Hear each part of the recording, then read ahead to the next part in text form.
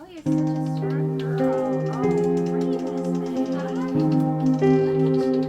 great. You hear a lot of no when you have a child like our children. Yep. You hear no, you hear they can't do this, you hear you have to fill out forms where you're like, nope, can't do that, nope, can't do that. You showed up both in the form of saying yes, and then you literally showed up at the hospital, and it felt like, oh, this is her community. These are the people who are going to be there for her.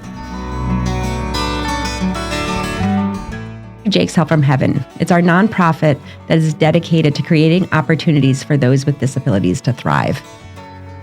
That was Hillary, Esme's mom. Esme has a host of medical challenges. She is yet undiagnosed. The thing that we talk about a lot in this episode is this idea of resiliency. What I loved about talking with them was just reminiscing about all these different ways in which Esme has shared with the world what her needs are and how Hillary has really just worked to meet those needs. Sometimes we think that, oh, that child is sick, or they don't understand because they don't speak, or they can't communicate like everyone else. Esme shows us all that that is not the case, and she gives us so much inspiration, and I think this conversation really shows the world all that can be. Welcome to A Place of Yes, a podcast about how I moved through my darkest hour. And for me, that was in channeling my grief into good. Welcome to the show. But first, it's time for our review of the week. This review is coming from Apple Podcast. I'm looking forward to following this podcast and seeing the lives it will touch. Grief comes in many forms, and there is no roadmap. I think Heather and Brian have done an incredible job at navigating the journey for their family, as well as helping others find their way. Their family is an inspiration through the love, grace, and hope that they share with the community. I love that one because I hope that that's what people think. I think that we are just living our lives, but it's nice that people are finding the work we're doing to be helpful and to be inspirational, and it just feels good. And don't forget to leave a review on whatever platform you're tuning in on. Today, I am super excited to be sitting here with Hillary. Hillary, otherwise known as Esme's mom, has been part of the Jake's Help from Heaven family, I want to say almost since the beginning. I think very early on, we started working together, and I'm just really excited to have you here with us. Can you tell me a little bit about you and Esme? Of course. So thanks for having me. I'm really excited to be here and have this conversation, and my favorite topic is Esme, right? Well, it should be. She's awesome. She is. She's the best person I know. So I'm always really happy to talk about her. So Esme she's going to be 13 next week. I can't believe it. I'm going to be the mom of a teenager. I was going to say a full-blown teenager. And Ez is the best person I know. She's super funny, super smart, really goofy. She has a sense of humor that I can't ever quite get over. And because she's nearly 13, she thinks I'm really annoying right now. But there were times that she thought I was pretty cool. Well, it might come back, but you're in trouble for a few years. Yeah, I'm looking forward to that. And Ez also is, nonverbal, although she uses an eye gaze device to talk. And I definitely want to talk about that more as we keep going in that, because the way she works that is just amazing. Yeah. And her sense of humor comes out with it so much, which is really fun.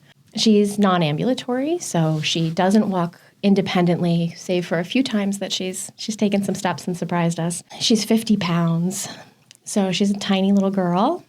She's been tube fed for basically her entire life because she had cardiac and respiratory arrest at 3 months, which came about because she was aspirating her food. And she has really a host of medical issues and developmental issues that we've been dealing with pretty much since day one. And I tend to not like to talk about those and not focus on those, but of course it's part of how we understand how extraordinary she is, because Absolutely. She's all the things she is while battling with those.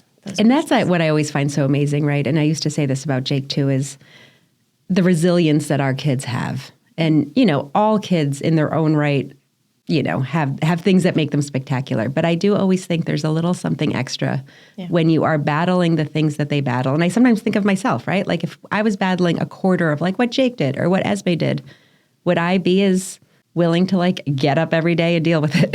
You know what I mean? It's pretty remarkable. So can you talk a little bit about when you learned that Esme was going to have some challenges. Like, when did you first know? Yeah. So it's funny. I get asked that question a lot, and like a lot of things with Esme, the answer is it's a little complicated. So there were signs when I was pregnant that there may have been some things going on. We had an amnio at the time. The testing was somewhat limited. I can now say definitively that even if we had the testing that we have now, I'm not sure that it would have been any more insightful. Up until that point in my life, I was pretty type A, and I think if you had asked me, I would have thought I would have been very nervous from the 20-week ultrasound and the amnio all the way through to when she was born, and I wasn't. I was like, she's fine. Everything's fine. And then the day she was born, I had a very uneventful labor, as much as such a thing labor, ever really is. Really quickly after she was born, the midwives, I heard one of them say, "Turn up the lights." And she was blue-ish, not breathing well, not really making much noise. And I think most markedly, I realize now, just really floppy. They took her into the nursery and decided pretty quickly to transfer her to a NICU. Okay. So at that time, it was clear that there was likely something different about her. Again, contrary to my previous personality, I was kind of like, no, she'll be fine. Yeah. Everything's fine. She spent a week in the NICU, came home. If I had had another child prior to her, I think I would have realized how remarkably different she was. Yeah. Her tone was very poor. I used to have to wake her to feed her. Okay, instead of, And then she would just throw everything up. And she proceeded to get less and less healthy seeming. Yeah. And it culminated in a day. Like it wasn't going in the right direction. Yeah, it was not going in the right direction. And we sort of had a culmination in a day here, actually in downtown, where I had taken her out. She really seemed bad to me, but I didn't know what to do. And she wound up having a cardiac arrest here at Saratoga Hospital. Got her there really just in time. She was in respiratory failure, I would say, as I walked through the door of the ER. And I have the answer to the question that ran through my mind. It's so funny how these things are. Yeah. I asked myself, is this when you yell for help? Like, do you walk through the door with your blue child and you yell for help? Yeah. They were able to figure it out pretty quickly, and we were brought in, and her life was saved that day. And that was really the point at which I knew that we were in for a really long road. Hey, I wanted to take a break from our regular content to talk to you about one of our sponsors, Adirondack Trust and their insurance company, Amsure. I'm going to tell you a story. When Ethan was in elementary school, Adirondack Trust would come into the classroom and they would do a program about how you could open an account and how, as a student, you could open an account with $1. Ethan would come home and kind of talk about that, and we didn't really think about it again until he had his first paycheck from working. And he was like, I have to go to Adirondack Trust and open up an account. So we went in. I was like, Ethan, you should deposit your paycheck. And he very proudly said, no, I don't have to do my paycheck. I can open this account with $1. And that is exactly what he did. We walked in, we opened it. It was kind of a big day for us. And as we were getting ready to leave, the president of the bank actually came down, shook his hand, and said, thank you so much for your business, Mr. Strotter. It was such a great moment for him. It was such a great moment for me. It is just one of the many ways that Adirondack Trust goes above and beyond. When it became time for me to open an account for Jake's Help from Heaven, there was no other bank that I would consider. I went back to Adirondack Trust because they are the ones that go above and beyond, and they were there with us. They do all of our banking needs for Jake's, for Ethan, and for us. Visit AdirondackTrust.com and see how your money can go above and beyond. Member FDIC. There's something about that moment, right, when you realize it. And there's something about looking back on before that moment that it's not just you that, had that, oh, everything will be fine. Yeah. Or, no, we're good. We got this. I think everyone I've talked to has had that. There's a journey for us, too, to figure out. And looking back, as they say, hindsight is 20/20. You can look back and say, maybe I should have known. Or maybe if I'd had someone else or any of these things. But there is, I think, that it's, as a mom, your job is, we think we can do it all in our kid and make it okay for our kid. And sometimes there's that moment where you recognize, okay, I can't do this. This is bigger than me, and we need to figure out how to do this going forward. Yeah, and for me, that moment, I have to say, was very much, it was a turning point because prior to that, my life looked a certain way. Things had gone, relatively easily, straightforward. It wasn't perfect. I had no reason to learn anything about healthcare or medical, any of it, the medical world. But I knew in the moments that surrounded that event that I would never be in that position again. I would never be uncertain about what to do, uncertain whether I did all of the things that I could do. I just would never be there again. And that meant everything she needed, every piece of joy, every opportunity, it would be in front of her. And I didn't know what that meant really, but I can say we'll be coming up on 13 years since that day. And I know, I know that has been the orienting force of my entire life. It's life-changing for them for sure. It's a pivotal moment for them, but it's a pivotal moment for us too. And this is a little dark, but I remember this, there was so much when Jake passed away that was just obviously heartbreaking. There's no other way to sort of describe that. But also a lot of people assume that because he had such challenges that we sort of knew he was going to die. Mm-hmm. And you don't know your kid's going to die. You know that you're probably, you know that your journey is different. I know that Jake's journey was certainly different than Ethan's journey. But that doesn't mean that I was ready for his death or expected his death. It was completely unexpected. It just kind of hit. And I remember at his funeral, Brian gave a eulogy. I didn't leave his side. I basically just sat next to his coffin. That's where I was for the entire funeral.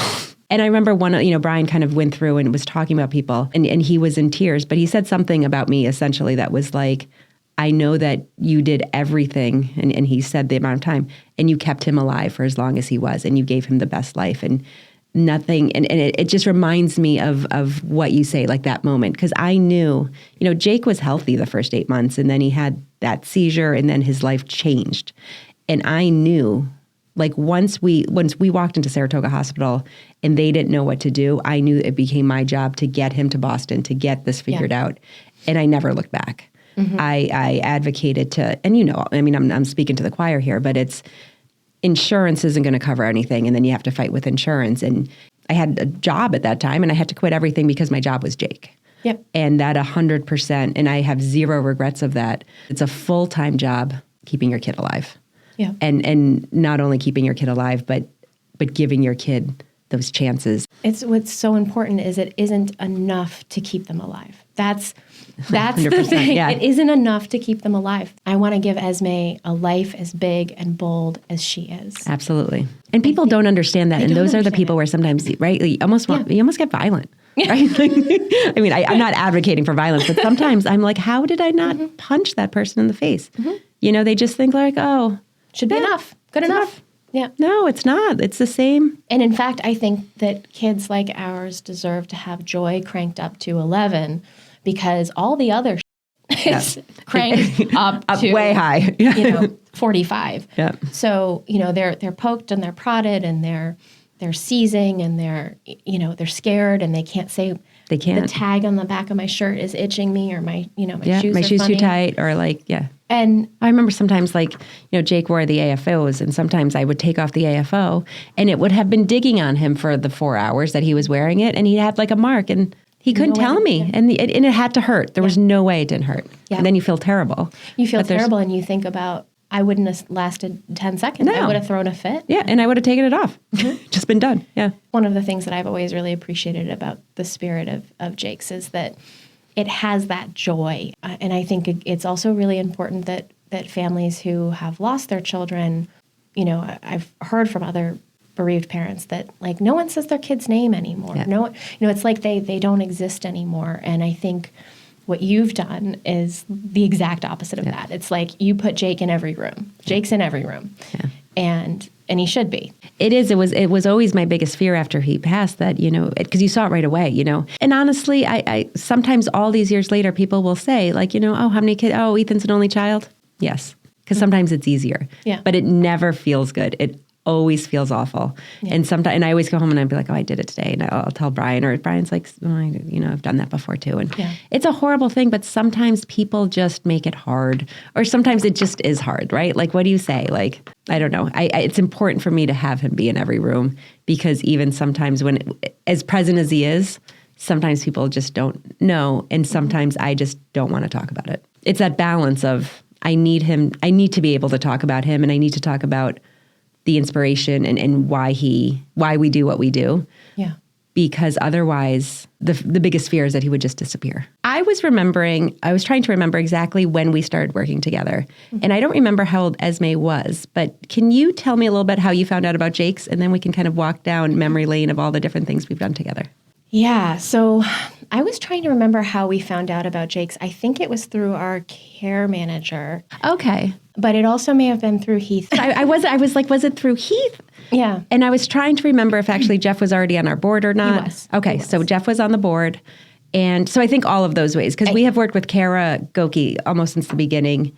And then I think your connection with Heath was also so a couple ways you found this. Yes. And I can remember hearing about you and thinking, oh, okay, well, there are things we need. Like, I know there's all of these things we need.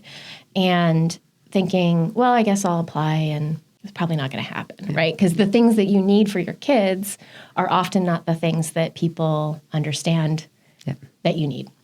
So in this case, it was an iPad. And I was really hoping to start communicating with her through an iPad. We went ahead and asked, and oddly, you said yes. Go figure. So I think we had a scheduled delivery, and Esme wound up in the hospital. She was at Albany Med, and she was seizing like every 3 hours for days. How old was she? That's what I was trying to remember. She would have been about 3? 3, okay. 2.5, 3, because it was kind of the end of the really bad seizure stuff. And I remember our board discussion around that, because at that time, iPads I don't want to say they were new, but it was hard for some of us to sort of wrap our head around, how is this iPad going to help a 2-3-year-old? How is that actually going to be something? And we talked about it, and part of why I love our board and the work that we do is we really kind of dig deep through that, So there's some people who are like, it makes 0 sense. What is a 2-year-old going to do with an iPad? And then we have like a speech person who said, no, actually, this is the perfect time to start. Mm-hmm. If you're going to do some of these kind of therapies and some of these applications that exist, it's the perfect time because they're open to it and there's ways to do it. But I remember the iPad for Ez was one of the first iPads we did. I don't think it was the first, but it was very early on. I don't even think we had a technology app yet. It was just something that was starting to come in, and we were trying to figure out if it was part of what we did. And I'm so glad that A, it is part of what we do, and B, it was in those early days. And I think all 3 of us went and delivered it. I think it was Brian, Ethan, and I. It was. I remember feeling that, like, I don't want these people to meet me like this. We were like, meanwhile, we're very comfortable in a hospital. Yes. All of us. And it was like hospital gross, like multi-day hospital gross. And it was this moment of like, oh no, this is the perfect thing and the perfect moment, because it was a really difficult hospital stay. It was this joy, this wonderful, wonderful joy. And it was really meaningful for Ez. And I think it is hard to explain how, and less hard now to explain how a 2-year-old might benefit from an iPad. But at the time, she couldn't show that she understood cause and effect all that well. And so even just apps on the iPad where she could hit a whole area and show that she knew that she would get some kind of a reaction and have joy around that. But that was her first assistive communication device. So I'm going to give a little bit of background now, just as we're discussing what Jake's is. I always refer to it as Jake's, but it's actually Jake's Help from Heaven. It's our nonprofit that is dedicated to creating opportunities for those with disabilities to thrive.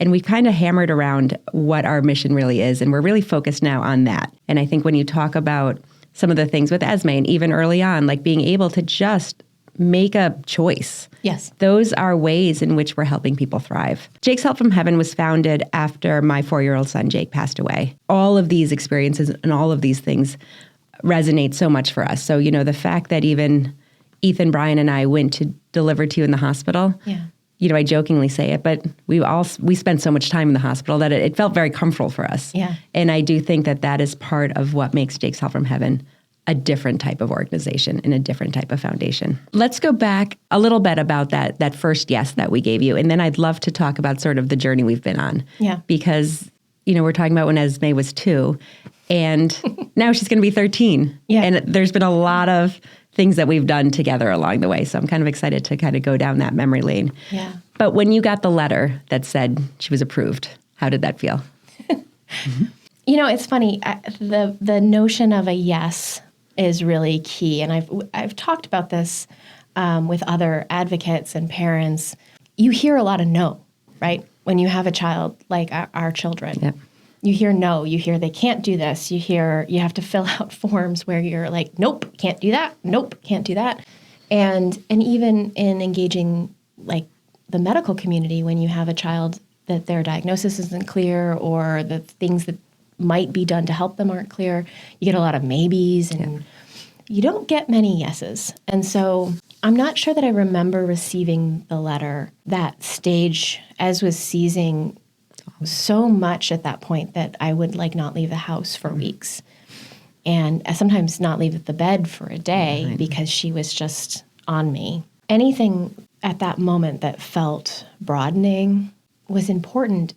And I think even more than that, anything that made me feel like Ez was part of a community, even though she was isolated in the ways that she was really, really important to me. It's funny because in a different way, it meant so much to us too, because for us, especially, so we're talking probably, 2013. So Jake's was only a couple years old and Jake had only been gone a few years, so all of that was very new to us. For us, one of the things when we started Jake's Help from Heaven, and we didn't know this was going to be a thing, but it was that community. Yeah. Because when Jake was born, I don't want to say it was before the internet, because obviously it wasn't, but it was like before Facebook as much. Like everything was kind of new. I feel like it's not so easy, but there's so many ways to seek out community and companionship. And even with strangers far away, like there's certain individuals that I follow, like this little boy, James, who's in Illinois, like just that from the connection of knowing other moms that have special needs kids or sick kids. And you kind of have this connection.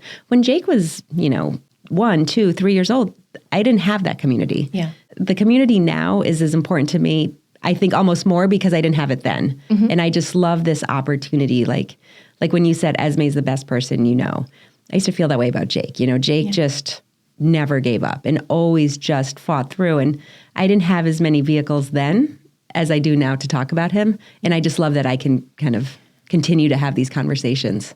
I think there's something really important here about the idea of a community for a child that extends beyond their life, right? Like I feel like I know Jake. Yeah. Like, Jake is one of my buddies. Yeah. Right? Like, and it's something that I think, obviously it's always incredibly tragic when there's a child who's born and their life is limited in the ways that that our children's lives can be limited.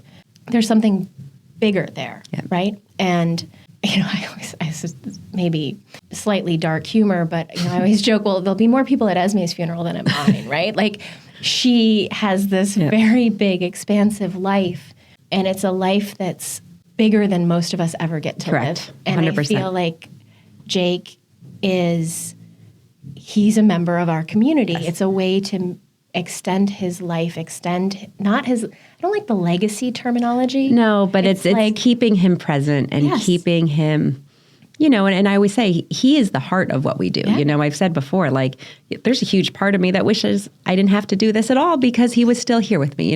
Like it's his loss that has brought all of this, but that's exactly it. Like he has continued on. Mm-hmm. And I, in so many ways, he was the best boy I knew, and he's made me the best version of myself for sure. I owe a lot of who I am to him. And I think that's the part that people miss sometimes. You hear, I'm sorry, even when your child's still here sometimes. I'm so sorry. Seeing a child as just the fact that their life was limited in a particular way is limiting of who they are. Yeah. And I love that Jake is the source of such an important local and beyond local Go. at this point community. No, me too. Me too. Yeah. So let's talk a little bit more about the different things that over the years we have done with Esme. I always love applications from you because I do feel like you are at the heart of what Jake's is, right? Like people always want to say like, will you cover this? Will you not cover this? And we are very much fill out the application, make a case for it, give us what we ask, and we're going to sit around that table and decide.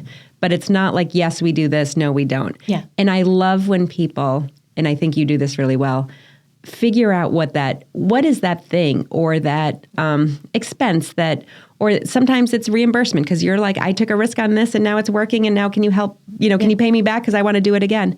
It's really finding those areas where you can make your kids' life better and therefore your life better, like everyone's quality of life. And I feel like you've always done a good job of sending in these applications and we're like, okay, what is this creepster crawler? Like, what is this thing? What did you Hillary hang find? underneath it? Like, what is it? And then we're like, oh, I get it. It's going to work. Maybe it won't work, but it's worth it. It's worth a shot. Like, let's do this. And I think that's really important too, is these things fail sometimes, right? And actually it's interesting because the creepster crawler was like this incredible success for a portion of time. And so I don't know if you remember, but at the time, so Ez is like, I mean, this kid's on the move, right? Like she's got stuff to do. And at the time she could army crawl and then she would roll. We had just moved to a larger house. And so she got really good at like army crawl, roll and like scoot and then roll. But she couldn't get herself up to crawl. I would experiment with like a big scarf under her belly and kind of like see if I take some If you weight, could like, help like a sister. Yeah. And she could kind of do it. And so I was like, there's got to be. Someone must have invented this. And if not, I'm going to like learn how to solder. Figure it out. Yeah. Like, I'll make Build it. one. Yeah. And I found this absurdity. And it was like this frame over and then underneath the thing. And you strapped her in. Looked a little bit like a medieval torture device. On wheels. On wheels, yeah. And she hated it at first. And then like she just would look at me like, why? I can do my thing. Yeah. Just leave me alone. And then she's like slowly did it. And then she refused to do it. And then she started crawling on her own. Then you were like, it kind of served its purpose. It worked. And I think you returned it, or not returned it, but like donated it to the equipment exchange. And we have subsequently, like, it's been used by a lot of other of our families. And we had video, like, because sometimes people would be like, I don't know what this is. And I'd be like, please hold. This is Esme using it. And look at, and now she crawls independently. It's the other part of, the smaller part of what Jake's does, but we do have that equipment room where we take, sometimes people outgrow or no longer use, or like we kind of said, sometimes it just wasn't it just didn't work. So we collect those things and then we offer them out to members of our community. And sometimes people use it for a trial, like, oh, I'm thinking about getting this. Let me see if it will work. So we don't go through this whole process and then find out it's not going to help. And other times it's just, we'll have PTs or moms or people just come and be like, yo, can I make an appointment to just come see what's there? Yeah. Maybe there's something we could use or maybe something we could try. And I love that. Yeah. Because as we all know, the equipment is so expensive and everything is so outrageous. And even if you're willing to pay the cost, it could take you 6 or 8 or 12 or, weeks to get it or 8 months. Some of the lead times are crazy. So to just have something where people can borrow it for the interim, I think is great. So that was one of the items that for a while was very popular. Esme started a trend. You did. And I'll stop calling it the creepy crawly, but. Well, it's funny because her first gait trainer was from the equipment room. So we had that pony. Do you remember the pony? I do, I think. Yes. So it was a gait trainer, but it was like with a seat and it faced forward and there was a thing in front of her that she could put her arms on. Yes. There's a bunch of video of her in my kitchen scooting everywhere. And what really motivated her when she figured it out was that I have an old-fashioned kitchen from the 60s, and there's like a writing nook. Esme in the pony fit directly in the writing nook. Like hide herself. Yeah. So she would go wedge herself in. And I was like, well, that's great because that's like, it's like a little space. And she got that before she got the purple gait trainer. Which was her little one. Hey, I just wanted to take a minute from this episode and talk to you about Saratoga Casino Hotel. They have, as many of you know, there's Morton's, there's Vapor, there's the casino, there's the hotel. But what you might not know is that they take one day a year and they do this event that is called Make a Difference. They hold it as a luncheon, and on that one lunch, they give away $120,000. They pick 12 Capital Region charities, and they award each of them $10,000. It is unreal. It is so generous. From the nonprofit standpoint, as a beneficiary of this Make a Difference, what I love about it so much is that the organizations don't have to do anything. So many times organizations have to fill out so many forms, jump through hoops, do all of these things, and we gladly do it because we're looking for funding. But Saratoga Casino Hotel, they pick the charities and they just ask you to come to lunch. They treat you to a great lunch. You can bring your board, you can bring your donors, you can bring your family. Everyone gets this great lunch, and then they give you $10,000. It's unbelievable. It's so generous. Keep supporting them so they can keep supporting us.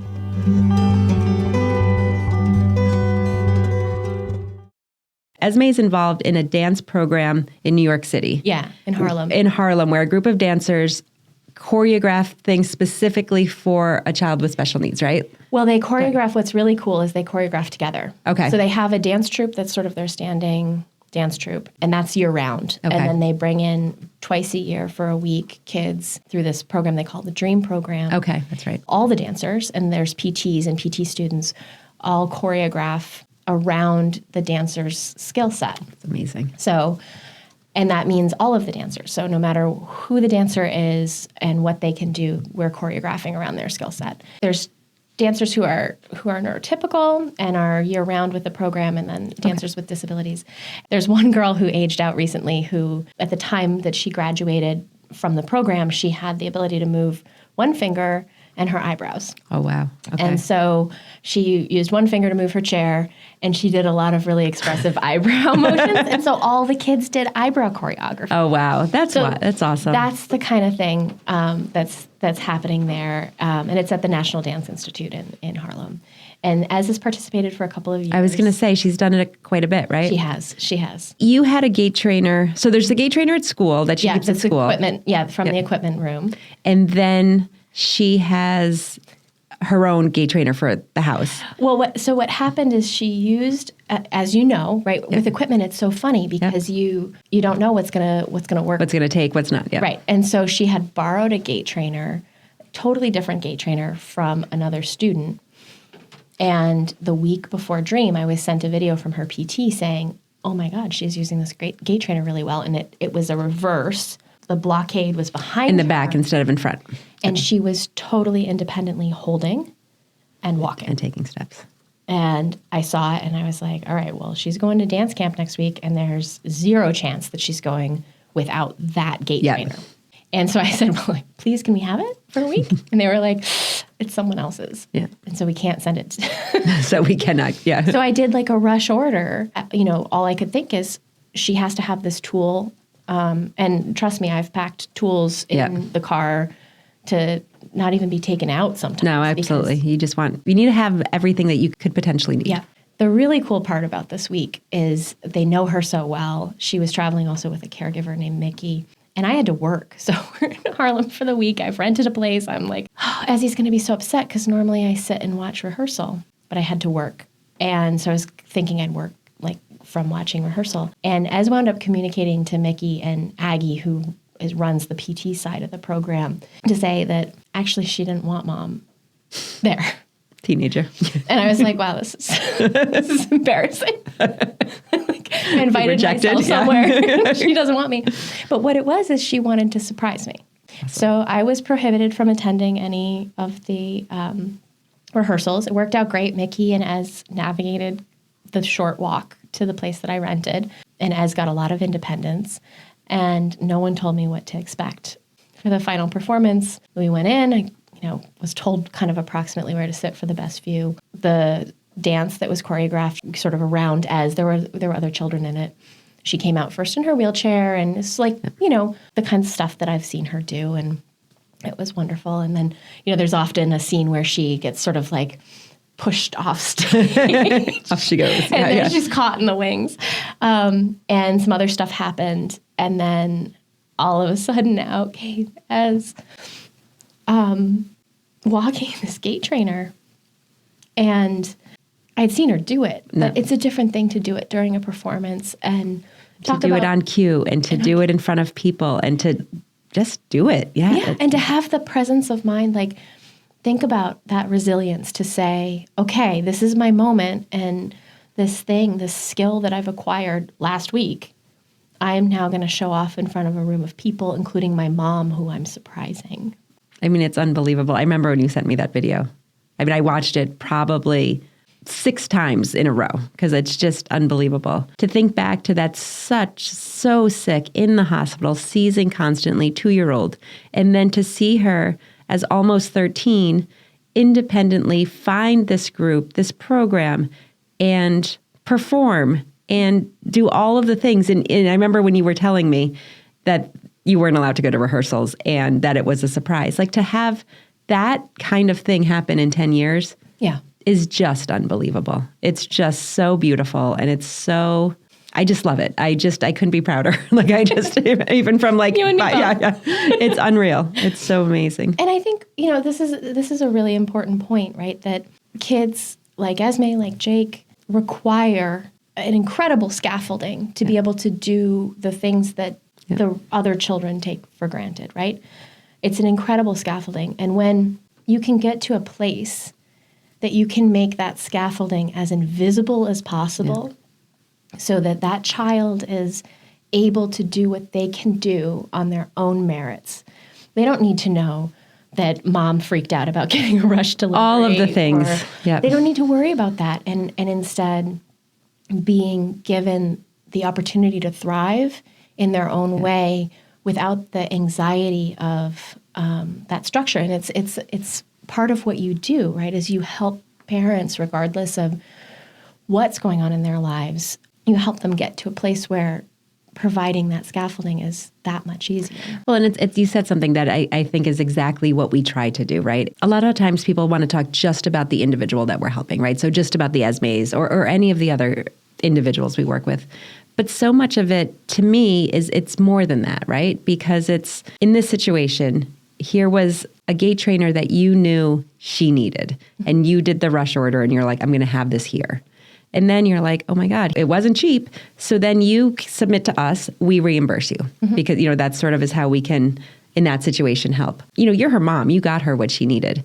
But then in order for us to support not only Esme, but to support you, we take that burden off, right? So here, we're reimbursing you for the costs. And now you're back to sort of level ground, right? You can find a different thing to buy for her or whatever, because it's not like it's one and done ever. Yeah. But if we can help in those ways, like the whole then community is sort of working better, right? Because Esme's getting what she needs. You're not then stressed or under the burden of the cost or of okay, so I spent this money on that. What am I doing next? Am I going to be able to help her with her next need? Because there's always going to be a next need, right? Next need, yeah. And that I always think is equally important as the support for the individual. It's just helping the family unit or the community unit around her be successful.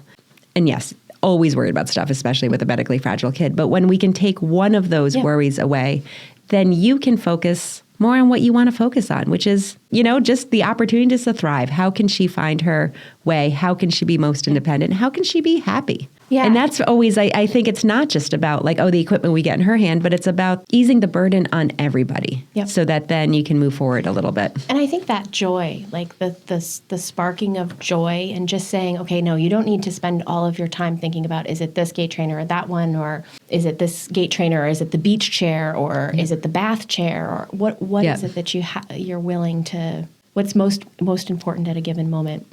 It returns it to the joy. And it puts you in a place of yes and. Yep.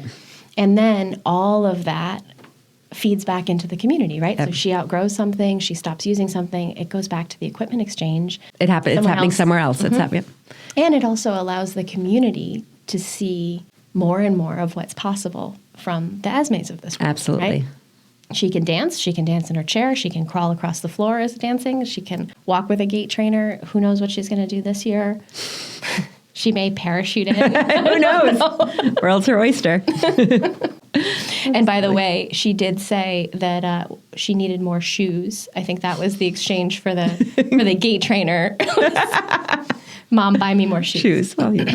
Let's talk a little bit more about the different things that we've done. So we've talked about the iPad a lot. We've talked about some of the equipment. Again, I'm shocked. Not shocked, but she's going to be 13. She's a teenager. It's wild how time flies. Yeah. It's wild. But we have been, kind of working together for 10, 11 years. It's a long time. So I'm trying to sort of think, and certainly can't do this in order, but we did the iPad, and along the way, we've done a few other, I've kind of talked about how you have been so innovative in coming up with things that might make a difference. And I remembered we did something with nesting tables. Oh yeah, or the stacking nesting tables for stepping up. Yes. Yeah, so she was learning, and when she does stairs beautifully. And I think I have video of her climbing when I didn't expect her to, climbing on those nesting tables. But they also just, they're in her room, and they're so sturdy in her playroom. We can use them to put her eye gaze device on.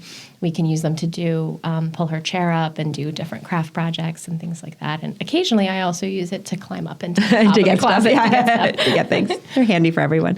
Yeah. She was working with an educator. Kaylee. Yes, Kaylee. Yeah. And then I think we kind of helped with some of her pay, I think, along the way. That's probably true. Yeah. What can we COVID is a bit of a well, blur. I feel for all of us, it's equal parts 10 years ago and equal parts last year. Yeah. I have no gauge of time. Yeah. But talk a little bit about, you've referenced the eye gaze device and Ez's ability to communicate. And I know when she was working with Kaylee, she was making a lot of progress. Does she still work with her?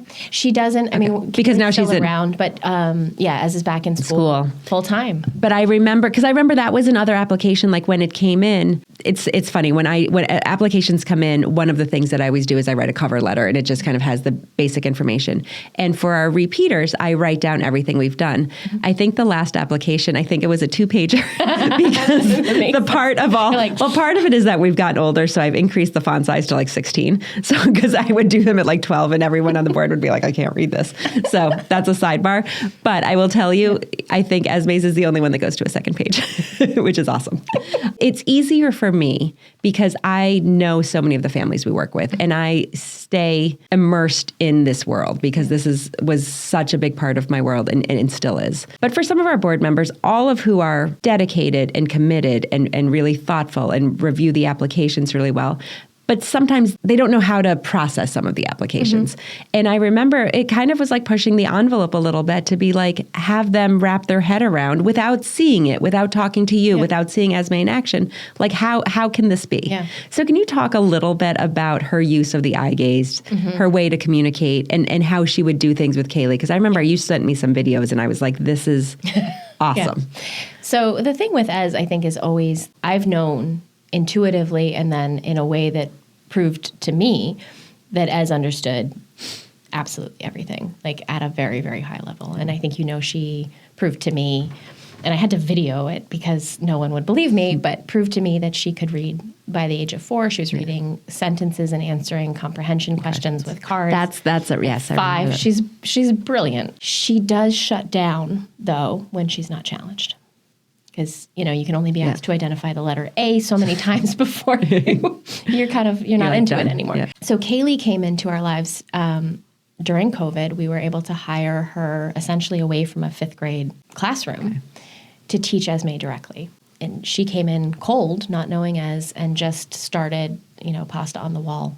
A number of things that they worked on were really successful. Ez was doing grade level math by the time that Kaylee was starting to wind down because she was about to have a baby and Ez was going back to full time. At school, they would have fraction-free Fridays. So Fridays they didn't do fractions, but the rest of the week they were doing fractions.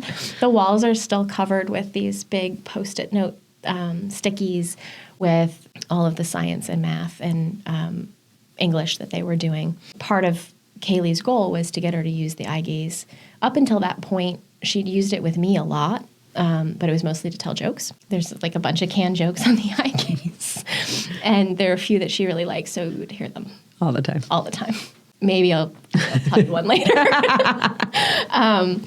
But Kaylee really got her to start realizing that if she expressed a need or a desire, that it would be they would be met within reason. And then Ez got really bold. So Well, as she should. as she should, yeah. So at one point in COVID, pre-COVID, one of her favorite things was to go shopping. At one point during COVID, she said to me and Kaylee, I should mall, looks like old clothes newer. So you sometimes she sometimes is a little It looks like old clothes newer. Yeah, a little poetic in her ways. But she absolutely hears everything. Actually, Kara came by for a visit last week, and she was wearing a mask because she had been sick. And Esme said, "Health." Oh, Yeah, and she uses it at school as well. One of my favorite ones is for Veterans Day that they said, does anyone know what a veteran is? And Ez, who used to get really frustrated because her verbal classmates would answer before she could, but she's fast now. So she said, soldier no more. It's good, right? you gotta love her. So Soldier no more. soldier no more. Her word for dream, she couldn't find it in the talker. So she said sleep think. Oh, I like that. Mm-hmm. It's kind of brilliant. Mm-hmm. She also calls it couching. Like, Well, couching is like my favorite. I'm very good at that. Yeah. Looking forward to some couching later. She's something else. And I mean, I really think having Kaylee there, as had gotten used to going to school, she was independent. She didn't want me to be teaching her. No. That was not good. And we saw that during COVID, children declining with their therapies and their learning because that's not the role of parents. We at Jake saw, and I was trying to remember if it was a typical grant or if because we also did like emergency grants during COVID, that program started during COVID because so many of our kids, they weren't getting what they needed anymore. And to your point, parents couldn't fill that void. No. And shouldn't have to fill that void. And it went on so much longer. And for a lot of our families, it went on longer even because, we have some families that have just this past year gone back to school because they were too nervous for so long. Yeah. Because you're immune compromised. And then the vaccine, is it for you? Is it not for you? What was it going to do? Like all of those things, all of those concerns. And then if you're out in the public and then, it took a long time, I think, for some of our families to make that step back. And the impact, I think, on everyone was substantial. But with Ez, she had a really hard time during COVID. She lost 20% of her body weight in 4 months and wound up hospitalized. And I can't say, exactly all of the factors that went into that, but certainly not being out of the home, having the stimulation, having the therapies. I mean, how do you do the work of two people, one holding her and one stimulating her when you're just one and you're trying to work? She had just gotten to the point of taking the bus every day to and from school because she could do a full day plus the bus ride. And that was her favorite thing, right? The bus ride. I remember some of those videos of her, yeah. But I think along the way, too, we've just done some reimbursements of travel, and you're constantly, well, not constantly, but you're often in Boston. Yes. So frequently. And most of her care is at Boston Children's. Yeah, essentially all of it at this point, yeah. Has been for some time, and it can be, as many families around here know, it's a lot to get there, settle in. I'm usually bringing a caregiver at this point, and yeah. We always used to say, too, and because we always, on the application for travel, we like to say, and we have some families who go down and back, and that's how they do it, and they power through. But with Jake, we always went down the day before the appointment. You go to the appointment, and unless you're there for, like, an issue that's happening, but if you're there for a scheduled 3-month visit, we kind of wanted him to be at his best because you wanted to have that dialogue with the doctor and figure out if there was going to be a med change or something else to try. You kind of want them at their best. And if he was in the car for 3 hours and then went straight to an appointment, he wasn't going to be at his best. His routine is off. His schedule is off. He probably missed a meal, all of the things. Yeah. So we always went down the day before. Then we'd have his appointments. And then typically the appointments would take so much out of him that we would spend another night in the hotel and go back the next day. Yep. So, 2 appointments or 3 appointments could take 3 days. And it's expensive, so that's one of the things that we do like to kind of support families with.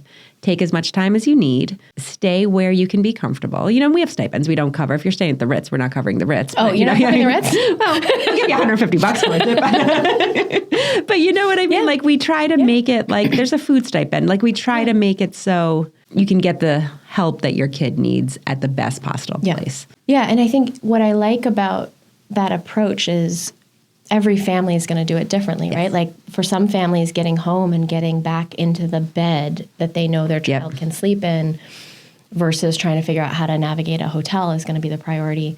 Sometimes that's my priority. Sometimes the priority is to spend the night if we have an early appointment or if she has a sedated procedure. I have to figure out, because if she and I sleep in the same room, neither of us sleep.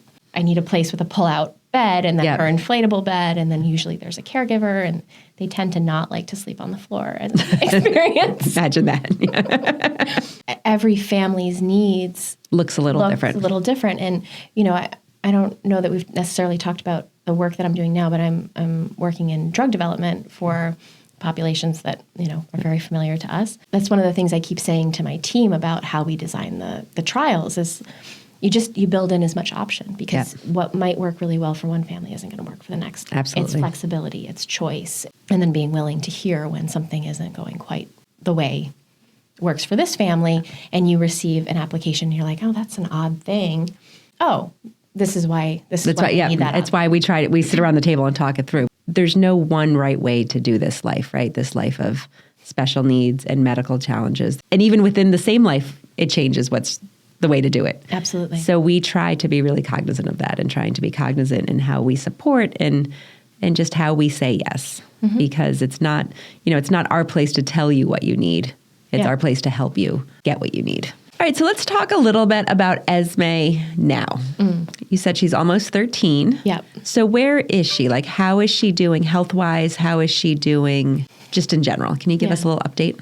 Yeah, so Esme, I guess we haven't talked about is functionally undiagnosed, right? So we have multiple genetic mutations that we've been sort of finding over time, and none of them really tell the clinical story. So not to say I've given up on it, because Esme's on the radar of some people who are still kind of trying to figure it out, but I think it sort of suits her personality that she's avoiding being understood in this way.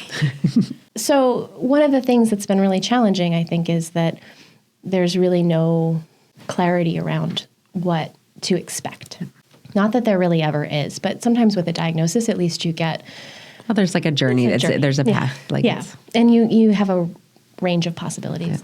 There have been times that Esme has been really ill, and I haven't thought we would get through. At the moment, she's doing really well. She's had a very difficult year, though. In April, her weight again became a really serious issue. She's very malnourished, and this is a challenge with some kiddos. With her tube feeding, she just wasn't getting what she needed, so we had to do a really concerted effort to get her weight up. Is she eating anything by mouth? No. She was a little bit. She went through a period where we were working on like ice cream or something, right? She liked her ice cream, if I remember correctly. She would lick an ice cream. Like a little bit. Yeah. Okay. But that just... Well, and now it's really clear how much she's aspirating. Yeah, so she's dangerous. had nothing. She's supposed to have had nothing by mouth for a couple of years. That's the other piece that we're working on right now is her lungs. Her lungs are pretty damaged from repeat aspiration. So we're just doing a lot of testing to try to figure out what's going on and address it in the best way that we possibly can. Is this a new team of doctors that you now have, or is it some of the same team? It's the same team, actually. Her doctor, Dr. Rosen, who's her GI in the aerodigestive clinic. So it's the clinic that works with ENT, pulmonology, nutrition, GI all together. Okay, perfect. Is our longest standing doctor. Actually, she started seeing Esme at 10 months old. Oh, wow. Okay. She was our first visit at Boston Children's. Oh, wow. When Esme started at Boston Children's, Dr. Rosen told me years later, she didn't think she would live the year. Wow. The fact that we're here is... Oh, it's amazing. It's amazing. It is. When you can't keep your kid alive on your own... Yeah, you need these other people. They're part of a team, and it's not a team focused on just this one thing. It's like everything, every aspect, and they have to see every aspect. And you need the doctors that... It doesn't matter if your kid is having a seizure or having an episode Sunday at 2 p.m. You need someone that is going to return your call at those times, and there's a lot of good ones out there. And so we always end this podcast with this little feature called Ask Heather Anything. So go for it. I feel like I want like there to be like alcohol involved before I get to this Typically point. there is. Yeah. No. But, I think actually while I might have a longer list, I think I'm going to lean into what I would really like is to hear a bit more about drinking with your children and in particular your dance moves. Well, the dance moves are highly questionable because I saw the video and they're not great. In my head, my dance moves are much better than reality. But yes, so we just got back from my 50th birthday party. Not a birthday party, birthday trip. And I knew I was turning 50 and I wanted to wake up somewhere new and I wanted to have Brian, Ethan, and Serena with me. And in order to make that, they're 18 and 22, in order to make that equally enjoyable for everybody, Serena's boyfriend came. They've been together 3 years. Ethan at the time was not dating anybody when we were making this trip, so he invited his friend Evan, who has traveled with us several times, and we've known him a long time.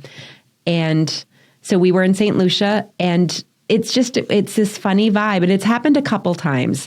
But there's always been something where I just looked forward to having an adult child, right? Mm-hmm. And just being able to, like, obviously I'm still his mom and still parenting, and there's plenty of stuff to do in that end, but also just being able to sort of sit back and enjoy, like relax.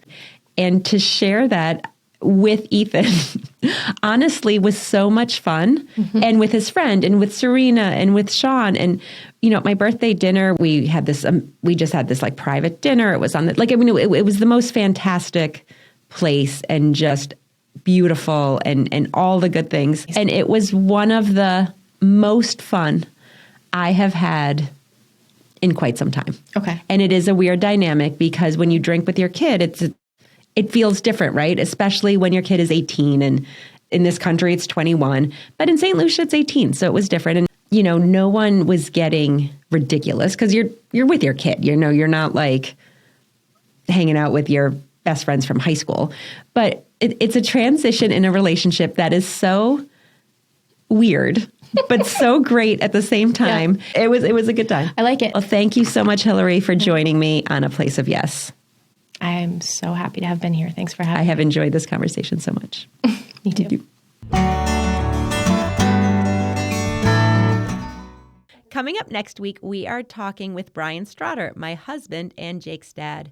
We really go deep into Jake's story, his sickness before he was sick, how we maneuvered that, how it impacted our marriage, our relationship, all of the things. I mean, it was the first time we talked about some of those things in a decade, like in a very long time. It was really special to be able to reminisce about the good things and the bad things and just know that we're on this journey together, really. It was really special for us. It was a great conversation, and I hope you'll tune in next Thursday.